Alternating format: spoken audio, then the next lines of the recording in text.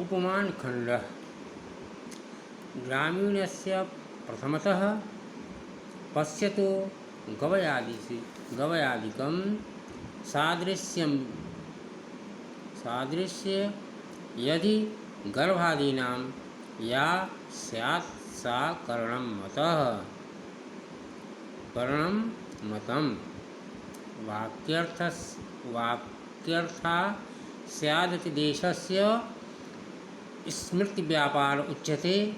गवयादि पदार्थानां तु शक्तिधिरूपम् फलम। सर्वप्रथम गवय आदि को देखते हुए किसी ग्रामीण व्यक्ति को गौ के साथ जो सादृश्य ज्ञान होता है उसे उपमिति का कारण मानते हैं और उपमिति नामक यथार्थ ज्ञान का कारण ही उपमान प्रमाण होता है। उपदेश वाक्य के अर्थ के सदृश को स्मृति स्मरण की उपमिति का व्यापार उपदेश वाक्य के अर्थ के सदृश की स्मृति को उपमिति का व्यापार कहते हैं और गवय आदि पदों की शक्ति का ज्ञान होना उपमान का फल है।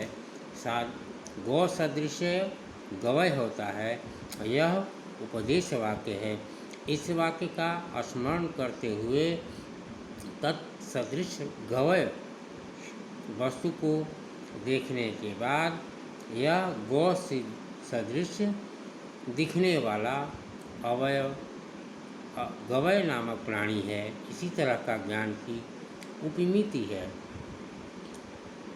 अथ शब्दखंडः तत्र शब्दबोध निरूपणम परज्ञानं तु करणं द्वारं तत्र पदार्थधि शब्दबोध फलं तत्र शक्तिर्धि सहकारिणी।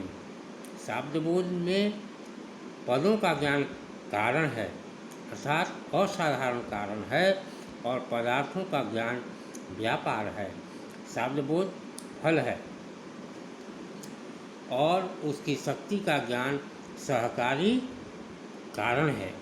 इस तरह इस शब्द से यह अर्थ समझना चाहिए, उसका संकेत ही शक्ति है। सबसे पहले पद ज्ञान कारण है, पदार्थों का ज्ञान व्यापार है, शब्दबोध फल है, शक्ति का ज्ञान सहकारी कारण है। अब लक्षणा शाक्य संबंध तत्पर्या अनुवृत्ति। शाक्य अर्थात मुख्य अर्थ के साथ संबंध मानकर अमुख्य अर्थ का बोध कराने वाली वृत्ति को लक्षणा कहते हैं। वह तात्पर्य की अनुपपत्ति के कारण प्रवृत्त होती है।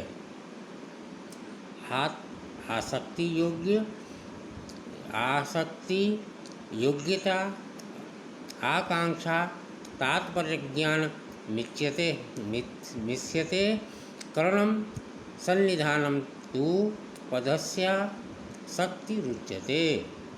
पदार्थे तद्वत्र योग्यता परिकीर्तिता तत्पदेन विना यस्य अनुभवकता भवेत् आकांक्षा वक्तुमिच्छा तु तात्पर्यं परिकीर्तितम्।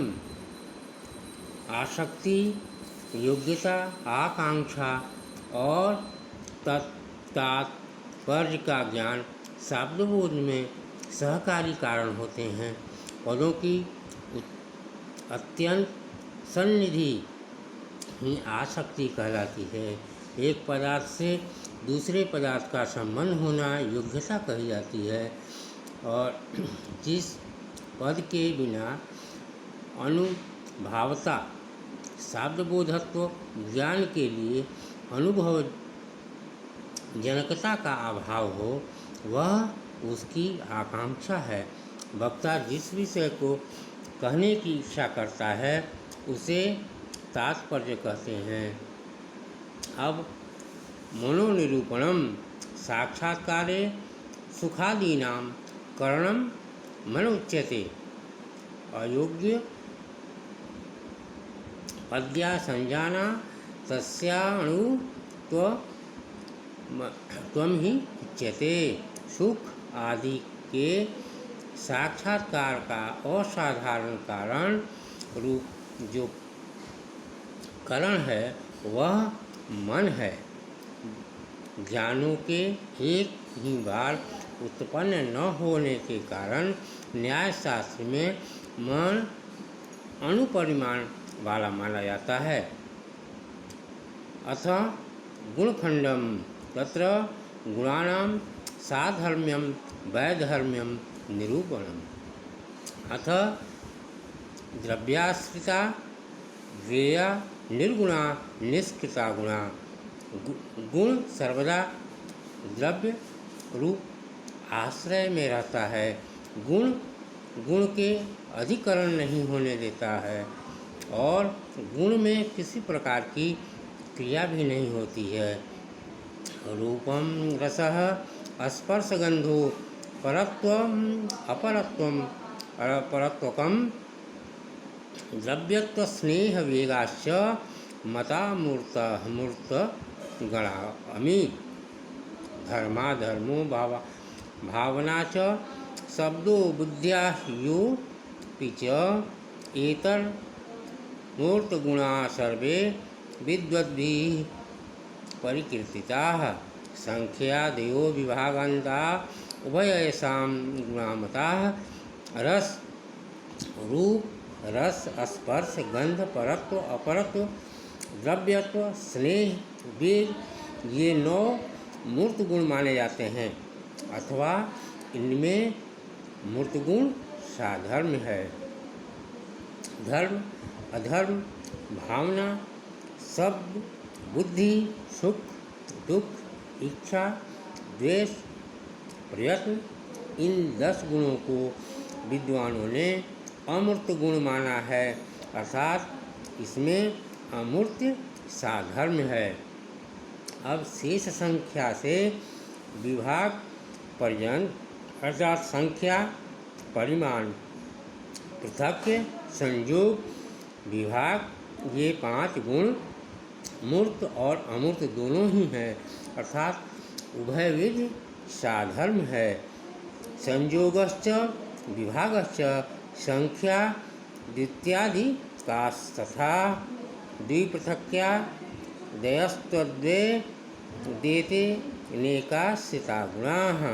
अतः शेष गुणाः सर्वे मतः एकैक वृत्तयः। संयोग विभाग द्वित्वादि संख्या इसी तरह द्विपृथक्यत्व आदि अनेक द्रव्यों में आश्रित गुण है अर्थात इसमें अनेक द्रव्याश्रितत्व साधर्म है। इसमें अवशिष्ट अन्य सभी गुण एक एक द्रव्य में आश्रित हैं अर्थात इनमें एक द्रव्याश्रित तत्व साधर्म है। बुद्ध्यादि षडक स्पर्शान्ताः स्नेहः सांसिद्धिको द्रवः अदृष्ट भावना शब्दा अमिवैशेषिका गुणा। बुद्ध्यादि षडकम बुद्धि सुख दुख इच्छा द्वेष प्रयत्न स्पर्शांत रूप रस गंध और स्पर्श तथा स्नेह सांसादिक द्रव और अदृष्ट धर्म अधर्म भावना संस और संस्कार तथा शाब्द ये 16 वैशेषिक विशेष गुण हैं अर्थात अपने आश्रय को दूसरे से अलग कर पाने वाला गुण है। अतः इन्हें विशेष गुणत्व और वैशेषिकत्व साधर्म है। संख्यादि परत्वंतो द्रवोत्व सांसादिकस्तथा गुरुत्व वेगो सामान्य गुणा एते प्रकृतिताः संख्या परिमाण पृथक् संयोग विभाग परत्व अपरत्व नैमितक द्रव्यत्व गुरुत्व काव्यगत्व संस्कार ये सामान्य गुण कहे जाते हैं। अर्थात इसमें सामान्य गुणत्व साधर्म है। संख्यादीर परत्वान्तो द्रव्यत्व स्नेह एव च एते तु दिग्नेयग्राह्य अथ स्पर्शान् शब्दका बाह्ये कैकिकाग्राह्या गुरुत्वा दृष्टभावना अतीन्द्रिया यानी संख्या परिमाण पृथक् संयोग विभाग परत्व अपरत्व स्नेह ये 9 गुण दोनों इंद्रियों से ग्राह्य हैं। अतः इसमें द्विइंद्रिय ग्राह्य गुणत्व साधर्म है। रस रूप गंध स्पर्श और शब्द ये बाहरी एक एक इंद्रिय द्वारा ग्राह्य होते हैं। अतः इनमें एक एक बाहरी इंद्रिय गुण ग्राह्य साधर्म है और गुरुत्व धर्म अधर्म और भावनाख्या संस्कार ये अतीन्द्रिय है। अर्थात इंद्रिय से लौकिक प्रत्यक्ष नहीं होते, अतः इन्हें अतीन्द्रियाग्राह्य साधर्म है। इति